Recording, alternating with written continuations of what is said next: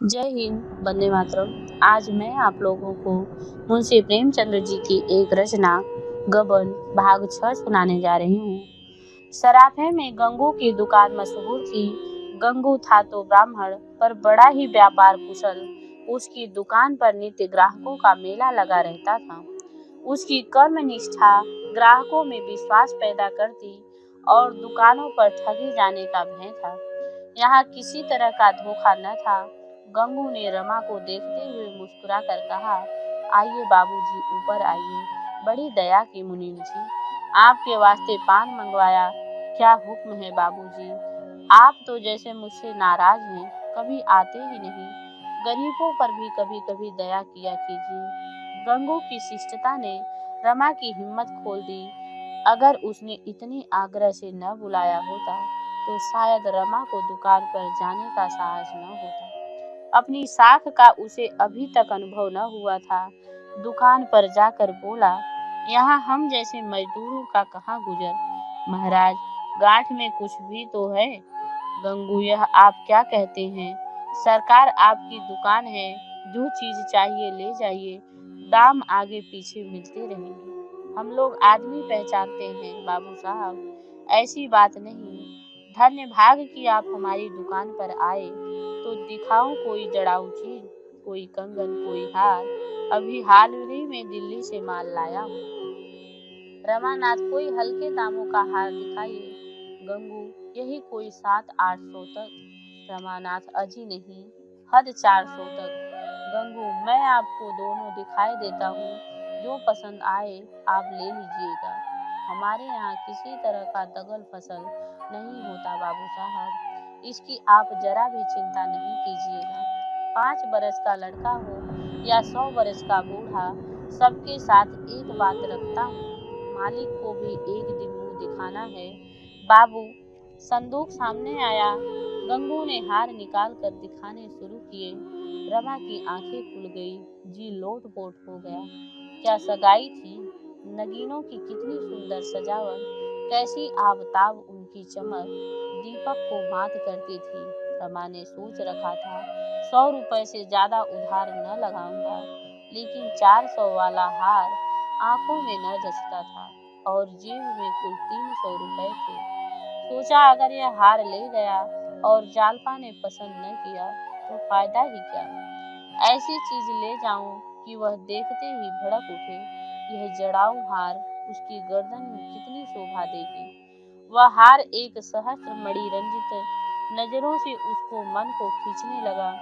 वह अभिभूत होकर उसकी ओर देख रहा था, पर मुंह से कुछ कहने का साहस न होता था। कहीं गंगू ने 300 रुपए उधार लगाने से इनकार कर दिया तो उसे कितना लज्जित होना पड़ेगा। गंगू ने उसके मन का संशय ताड़ कर कहा, आपके लायक तो बाबूजी यही चीज है, अंधेरे घर में रख दीजिए तो उजाला हो जाएगा। रवानाथ, पसंद तो मुझे भी यही, लेकिन मेरे पास कुल 300 रुपए है, यह समझ लीजिए। शर्म से रमा ने मुंह पर लाली छा गई। वह धड़कते हुए हृदय से गंगू का मुंह देखने लगा। गंगू ने निष्कपट भाव से कहा, बाबू साहब, रुपए का तो जिक्र ही न कीजिए। कहिए 10,000 का माल साथ भेज दूं। दुकान आपकी है, भला कोई बात है। हुक्म तो एक आधा चीज है, और दिखाऊं? एक शीश फूल अभी बनकर आया है, बस यही मालूम होता है कि गुलाब का फल खिला हुआ है। देखकर जी खुश हो जाएगा। मुनीम जी, जरा वह शीश फूल दिखाना तो, और दाम का भी कुछ ऐसा भारी नहीं, आपके 250 में दे दूंगा। रमा ने मुस्कुरा कर कहा, महाराज, बहुत बातें बनाकर कहीं उल्टे छुरे से न मोड़ लेना। गहनों के मामले में बिल्कुल अनाड़ी हूँ। गंगू, ऐसा न कहो बाबूजी, आप चीज ले जाइए, बाजार में दिखा दीजिएगा। अगर कोई 250 में कौड़ी कम दे तो मैं मुफ्त में दे दूंगा। शीश फूल आया। सचमुच गुलाब का फूल था, जिस पर हीरे की कलियां ओस की बूंदों के समान चमक रही थी। रमा की टकटकी बन गई, मानो कोई अलौकिक वस्तु सामने आ गई हो।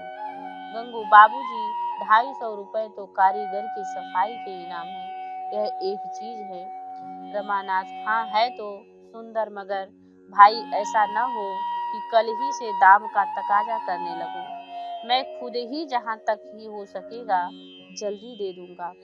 गंगू ने दोनों चीजें 2 सुंदर मखमली केसों में रखकर रमा को दे दी। फिर मुनीम जी से नाम कटवाया और पान खिलाकर विदा किया। रमा के मनोल्लास की इस समय सीमा न थी, किंतु यह विशुद्ध उल्लास भी था। उसके मन में एक शंका का भी समावेश था। यह उस बालक का आनंद न था जिसने माता से पैसे मांग कर मिठाई ली हो, बल्कि उस बालक का जिसने पैसे चुरा कर ली हो। उसे मिठाइयाँ मीठी तो लगती है, पर दिल कांप रहा है कि कहीं घर में पता चलने पर मार न पड़ने लगे। 650 रुपये चुका देने के तो उसे विशेष चिंता न थी। घात लग जाए तो वह 6 महीने में चुका देगा। भय यही था कि बाबूजी सुनेंगे तो जरूर नाराज हो जाएंगे। लेकिन ज्यों-ज्यों आगे बढ़ता जाता था, जालपा को इन आभूषणों से सुशोभित देखने की उत्कंठा इस पर शंका पर विजय पाती थी। घर पहुंचने की जल्दी में उसने सड़क छोड़ दी और एक गली में घुस गया। सघन अंधेरा छाया हुआ था। बादल तो उसी वक्त छाए हुए थे जब वह घर से चला था।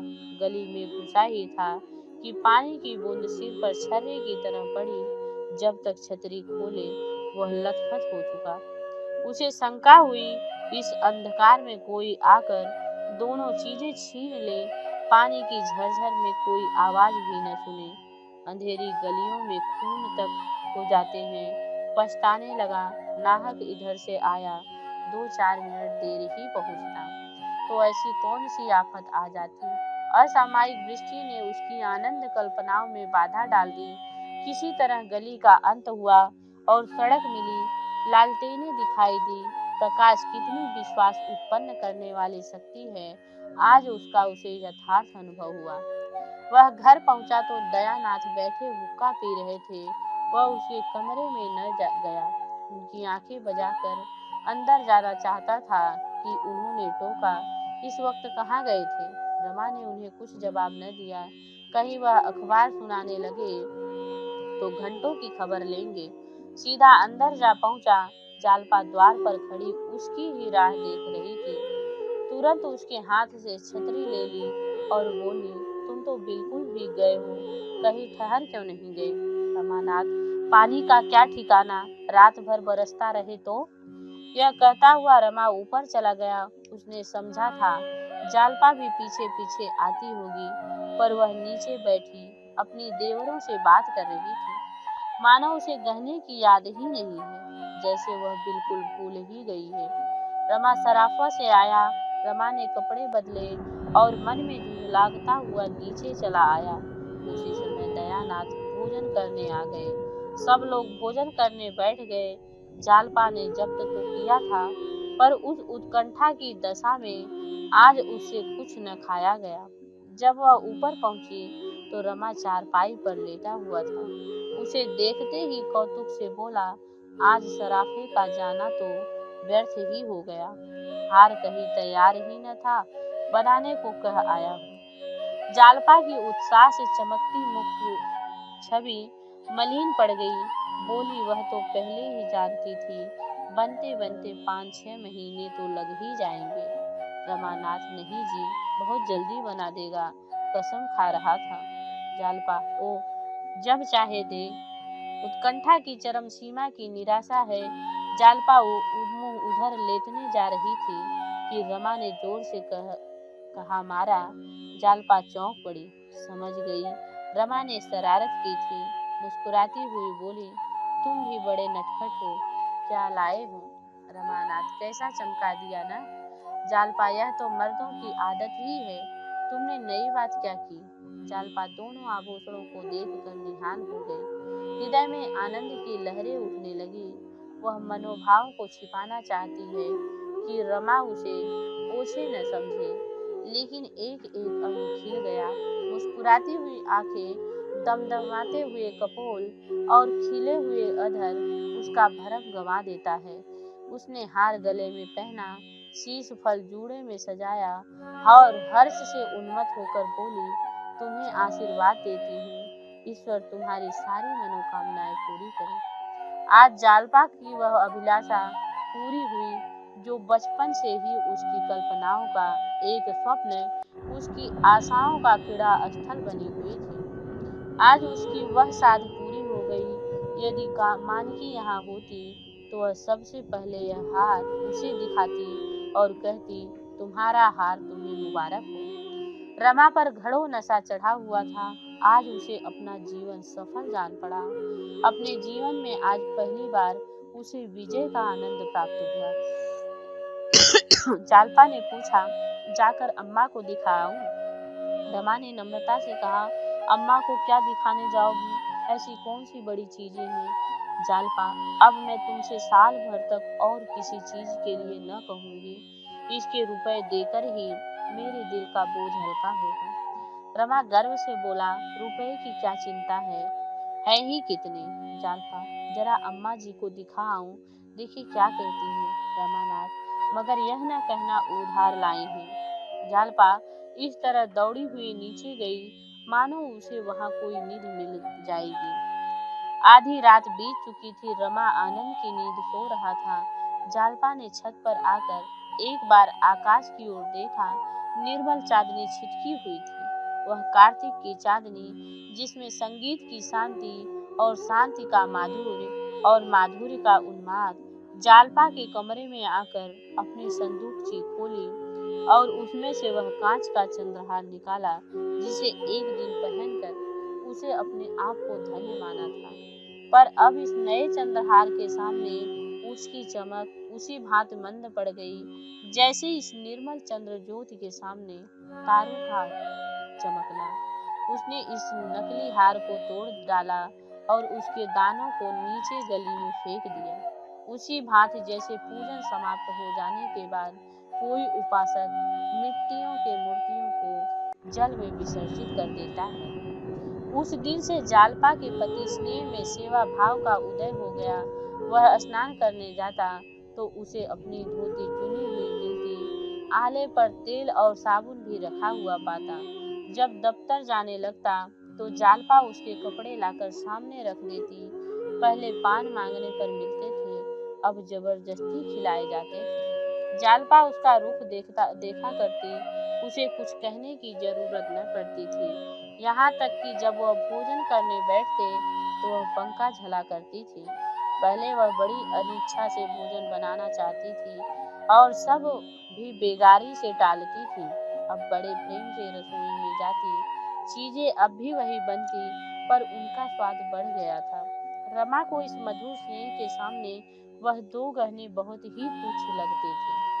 उधर जिस दिन रमा ने गंगू की दुकान से गहने खरीदे उसी दिन दूसरे सराफाओं की भी उसका आभूष और प्रेम की सूचना मिल गई। रमा जब उधर से निकला तो दोनों तरफ से दुकानदार उठ कर उसे सलाम करते, आइए बाबूजी, पान तो खाते जाइए, दोनों एक ही चीजें हमारी दुकान से तो ले लीजिए।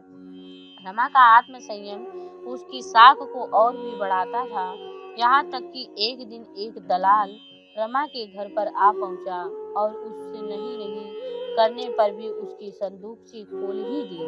रमा ने उसके पीछा छुड़ाने के लिए कहा, भाई इस वक्त मुझे कुछ नहीं लेना है और क्यों अपना समय बर्बाद कर रहे हो?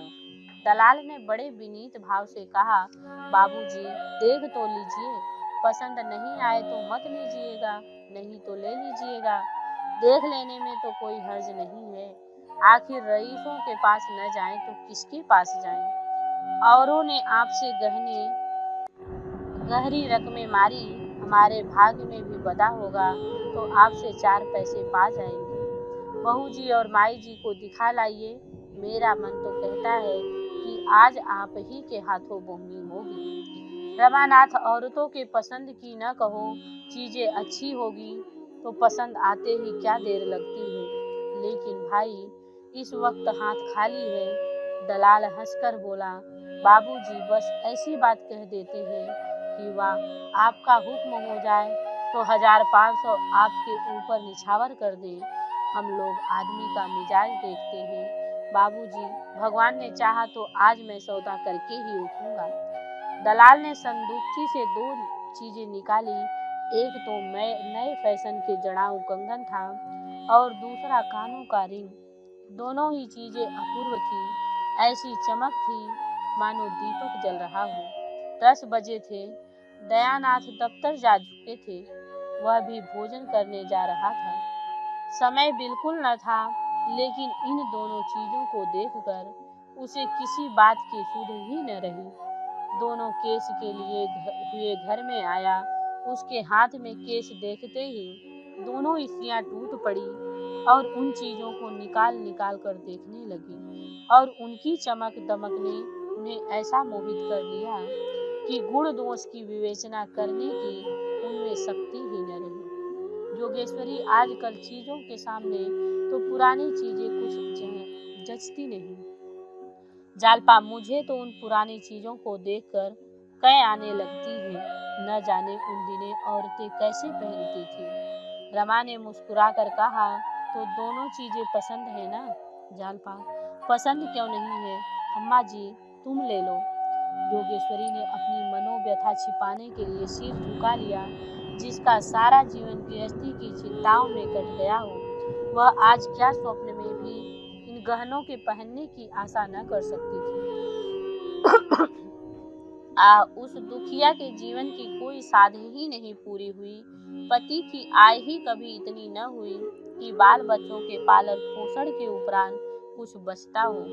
जब से घर की फामनी हुई, तभी से मानो उसकी तपश्चर्या का आरंभ हुआ और सारी लालसाएं एक एक करके धूल में मिल गई। उसने उन आभूषणों की ओर से आंखें हटा ली। उनमें इतना आकर्षण था कि उनकी ओर ताकते हुए वह डरती थी, कहीं उसकी विरक्ति का पर्दा न खुल जाए। बोली, मैं लेकर क्या करूंगी बेटी? मेरे पहनने ओढ़ने के दिन तो निकल गए, कौन लाया है? बेटा, क्या दाम है इनके? रमानाथ ने एक सराफा दिखाने लाया है। अभी दाम वाम नहीं पूछे, मगर ऊंचे दाम होंगे। लेना तो था ही नहीं, दाम पूछकर क्या करता? जालपा, लेना ही नहीं था तो यहाँ लाए क्यों? जालपा ने यह शब्द इतने आवेश में आकर कहे कि रमा खिसिया गया। उनमें इतनी उत्तेजना, इतना तिरस्कार भरा हुआ था कि इन गहनों को लौटा ले जाने की उसकी हिम्मत न पड़ी। बोला, तो ले ले। जालपा, अम्मा लेने ही नहीं कहती तो लेकर क्या करोगे? क्या मुंह में दे रहा है? रमानाथ, समझ लो मुफ्त में ही मिल रहे हैं। जालपा, सुनती हो अम्मा जी इनकी बातें? आप जाकर लौटा आइए, जब हाथ में रुपए होंगे तब गहने ले लेंगे। जोगेश्वरी ने मोहासक्त स्वर में कहा, रुपए अभी तो नहीं मांगता। जालपा, उधार भी दे देगा तो सूद तो लगा लेगा। रमानाथ, तो लौटा दूं? एक बात चटपट तय कर डालो, लेना हो तो ले लो, न लेना हो तो लौटा दो। मोह और दुविधा में न पड़ो। जालपा को यह स्पष्ट बातचीत इस समय बहुत कठोर लगी। रमा ने मुंह में ऐसी आशा न थी। इनकार करना उसका काम था, रमा को लेने के लिए आग्रह करना चाहिए था। जोगेश्वरी की ओर लालायित नजरों से देखकर बोली, लौटा दो। रात दिन के तकाजे कौन सहेगा? वह केसों को बंद करने वाली ही थी कि जोगेश्वरी ने कंगन उठाकर पहन लिया। मानो एक क्षण भर पहनने से ही उसकी सारी साध पूरी हो जाएगी। फिर मन में उस ओछेपन पर लज्जित होकर वह उसे उतारना ही चाहती थी कि रमा ने कहा, अब तुमने पहन ही लिया है अम्मा, तो पहने रहो, मैं तुम्हें भेंट करता हूँ। जोगेश्वरी की आंखें सजल हो गई। जो लालसा आज तक न पूरी हो सकी, वह आज रमा की मातृ भक्ति से पूरी हो रही थी। लेकिन क्या वह अपने प्रिय पुत्र व ऋण का इतना भारी बोझ रख देगी? अभी वह बेचारा बालक है, उसकी सामर्थ्य ही क्या है? न जाने रुपए जल्द हाथ आए या देर में, दाम भी तो नहीं मालूम। अगर ऊंचे दामों का हुआ तो बेचारा देगा कहाँ से? उसे कितने तकाजे सहने पड़ेंगे और कितना लज्जित होना पड़ेगा। कातर स्वर में बोली, नहीं बेटा, मैंने यूं ही पहन लिया था, ले जाओ, लौटा दो। माता का उदास मुख देखकर रमा का हृदय मातृ प्रेम से हिल उठा।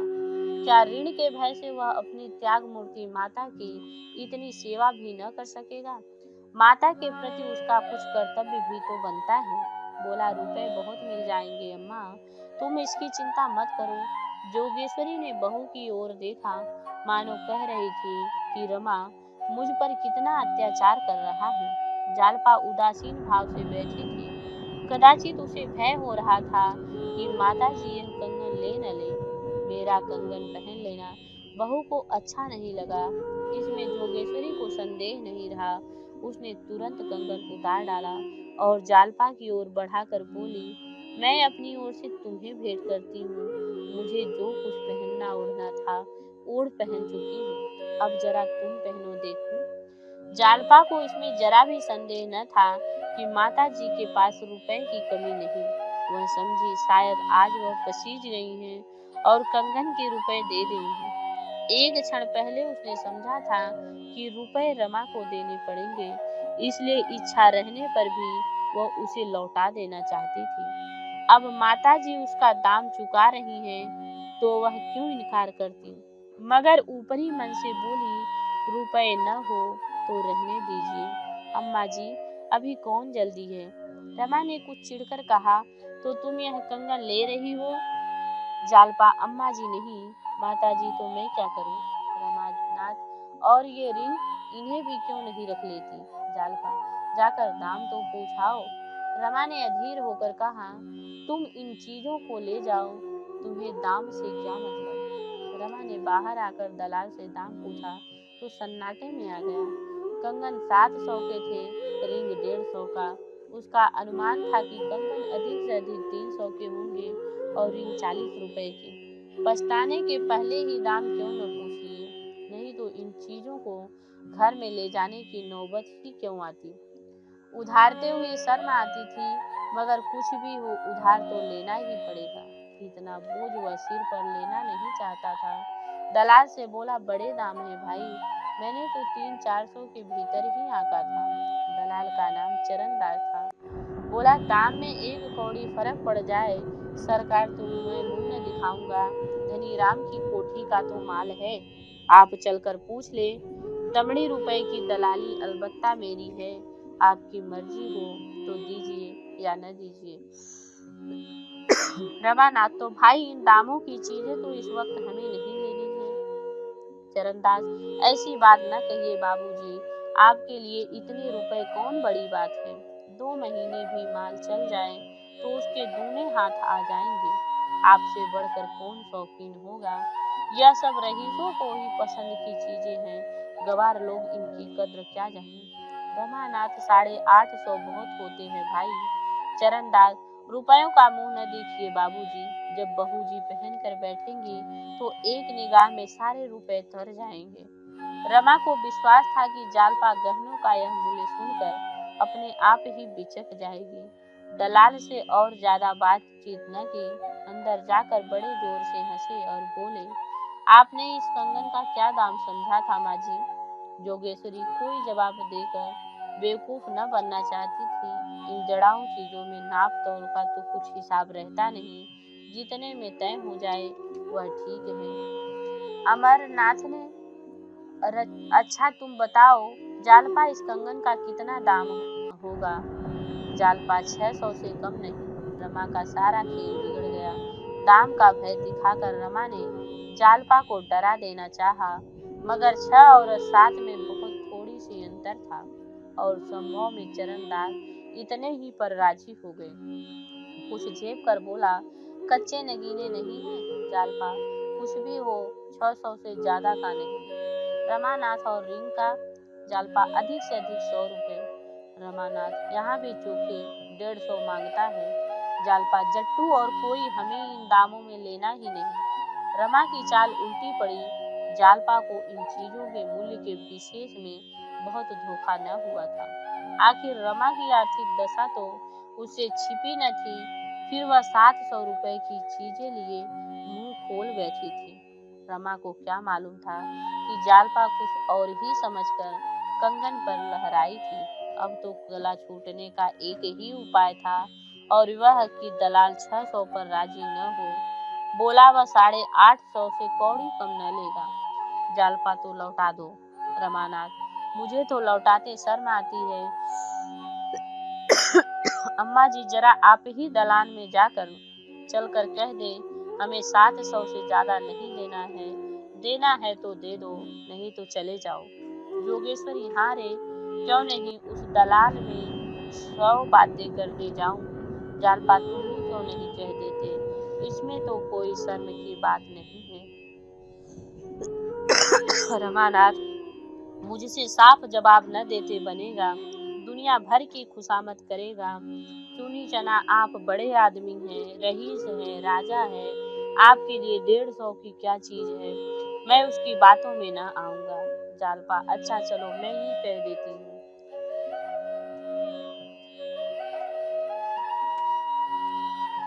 रमानाथ वाह, फिर तो सब काम ही बन गया। रमा पीछे दुबक गया।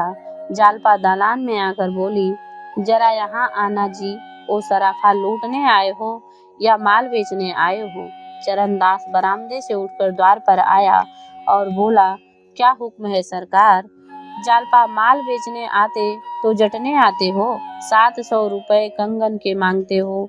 चरणदास 700 तो उसकी कारीगरी के दाम है हुजूर। जालपा अच्छा तो जो उस पर 700 निछावर कर दे उसके पास ले जाओ। रिंग के 150 कहते हो, लूट लो क्या है, मैं तो दोनों चीजों के 700 से अधिक न दूंगी। चरणदास बहू जी आप तो बहुत अंधेर करती हो, कहाँ 850 और कहाँ 700। जालपा तुम्हारी खुशी अपनी चीज ले जाओ। चरणदास इतने बड़े दरबार में आकर चीज लौटा ले जाऊं। आप यूं ही पहने 10-5 रुपए की बात होती तो आपकी जबान ने उधारता, आपसे झूठ नहीं कहता बहू जी। इन चीजों पर पैसे रुपया नगद हैं, उसी 1 पैसे में दुकान का भाड़ा बका खाता है। दस्तूरी दलाली सब समझिए, एक बात ऐसी समझकर कहिए कि हमें भी 4 पैसे मिल जाएं, सवेरे सवेरे लौटना न पड़े। जालपा कह दिए वही 700 रुपए। चरणदास ने ऐसा मुंह बनाया मानो वह किसी धर्म संकट में पड़ गया और फिर बोला, सरकार है तो घाटा ही, पर आपकी बात नहीं टालते बनती। रुपए कब मिलेंगे। जालपा जल्दी ही मिल जाएंगे। जालपा अंदर जाकर बोली, आखिर दिया कि नहीं 700 में, 150 साफ उड़ा लिए रहा था। मुझे पछतावा हो रहा है कि कुछ और कम क्यों नहीं कहा। वे लोग इस तरह ग्राहकों को लूटते हैं।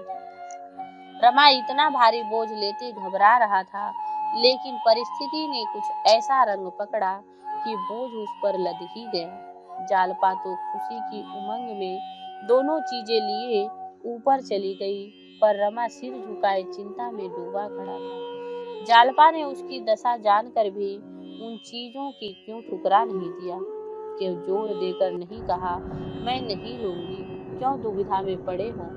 550 भी चुकाना मुश्किल था, इतने और कहां से आएंगे।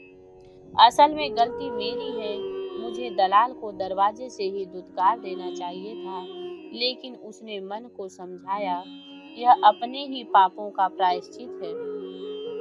फिर आदमी इसलिए तो कमाता है, रोटियों के लाले थोड़ी हैं। भोजन करके जब रमा ऊपर कपड़े पहनने गया तो जालपा आईने के सामने खड़ी कानों में रिंग पहन रही थी। उसे देखते ही बोली, आज किसी अच्छे का मुंह देखकर उठी थी, 2 चीजें मुफ्त हाथ आ गई। रमा ने विस्मय से पूछा, मुफ्त क्यों, रुपए नहीं देने पड़ेंगे। जालपा रुपए तो अम्मा जी देंगी ना। रमानाथ क्या कुछ कहती थी। जालपा उन्होंने मुझे भेंट दिए हैं तो रुपए कौन देगा। रमा ने उसके भोलेपन पर मुस्कुरा कर कहा, यही समझकर तुमने यह चीज ले ली, अम्मा को देना होता तो उसी वक्त दे देती जब गहने चोरी गए थे, क्या उनके पास रुपए न थे। जालपा असमंजस में पड़कर बोली, तो मुझे क्या मालूम था, अब भी तो लौटा सकते हो, कह देना जिसके लिए लिए था उसे पसंद नहीं आया। यह कहकर उसने तुरंत कानों से रिंग निकाल लिए, कंगन भी उतार डाले और दोनों चीजें केस में रखकर उसकी तरफ इस तरह बढ़ाई जैसे कोई बिल्ली चूहे से खेल रही हो। वह चूहे को अपनी पकड़ से बाहर नहीं होने देती, उसे छोड़कर भी नहीं छोड़ती।